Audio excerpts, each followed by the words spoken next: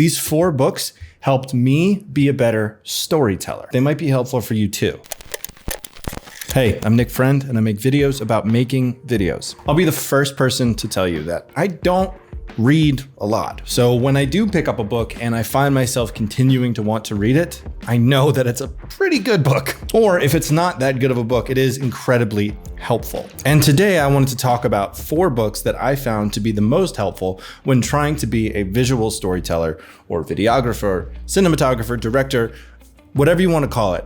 Telling story through video. These 4 books helped me do that better than I ever have before. These are just books that overall helped me tell better stories. So the first book is Short Films 101 by Frederick Levy. This book right here. I found it at a bookstore and just bought it on a whim, and cover to cover, it was incredibly helpful. It's just a really good play-by-play about how to make a short film in the best way possible. The book takes a granular approach to telling a story through film. Not video, film. This is about making a short film. This is not like how to create YouTube content, but a lot of the platforms and ideas that he talks about in this book can be cross-pollinated to creating stuff like YouTube, TikTok, or Instagram content. On the back of the book gives you a play-by-play of everything that this book is all about. He goes through things like concept, budget, equipment, crew, cast, action, which is basically everything that you do while you're on set, a bunch of extra stuff, and then what I think is the most valuable part of this book, which is marketing and distribution. Talking about stuff like finding the right film festival for your short film, how to market your film as a product rather than just a simple piece of art that you love, and getting the right people involved to help you further develop the ideas that you explored inside of your short film. Those things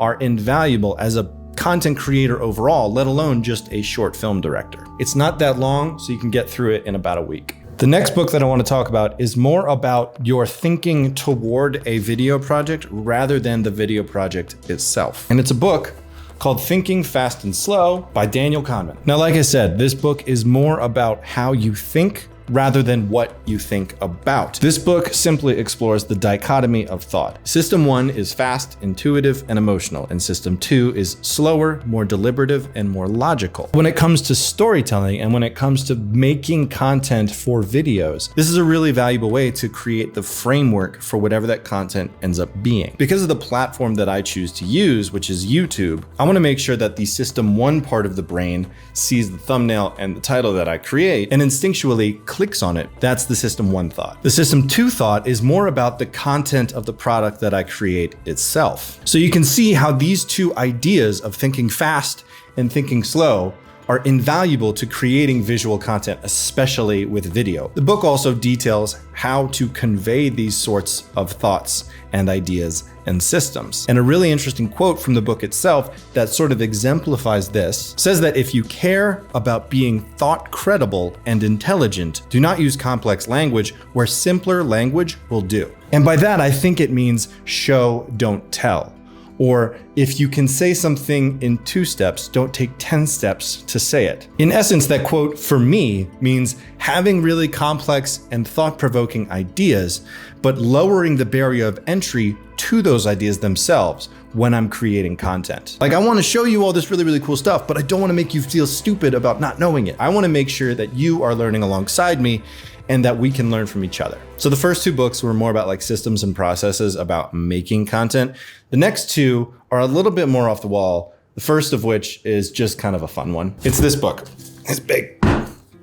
1001 Movies You Need to See Before You Die. Now, the reason that I love this book so much is because it is just endless levels of inspiration. When I am feeling like I'm in a bit of a creative rut, I simply open this book, flip to a random page, and check out the movie. And a lot of times it's something that I haven't seen. So flipping through a book like this is really, really helpful just to simply jumpstart my creativity. Or at the very least, watch something cool and interesting that I haven't seen before when I have some downtime. Like, let's just try this. I'm just gonna flip to a random page.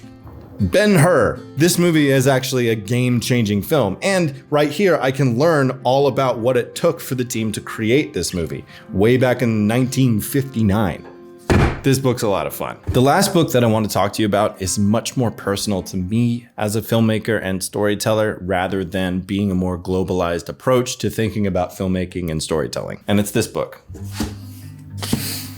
It's a book called World Travel by Anthony Bourdain. The book was posthumously finished by Laurie Woollever And the two worked together to create this, as they call it, irreverent guide to world travel. If you've ever watched or appreciated content that's been created by Anthony Bourdain and his team, this book will be incredibly familiar to you in terms of its story structure, cadence, and the way that information and experiences are presented. It's also quite an immersive approach to places and things that I've never experienced. It really is the definition of you feel like you're there when you're reading it. I'd also wager that Anthony Bourdain has been my favorite storyteller for the longest period of time, outside of directors and actors and writers and all these other people involved in the storytelling process in the conventional methods in which we understand them. Anthony Bourdain always had a certain individuality to how he told stories, and certainly influences the way I tell stories myself. So being able to read this book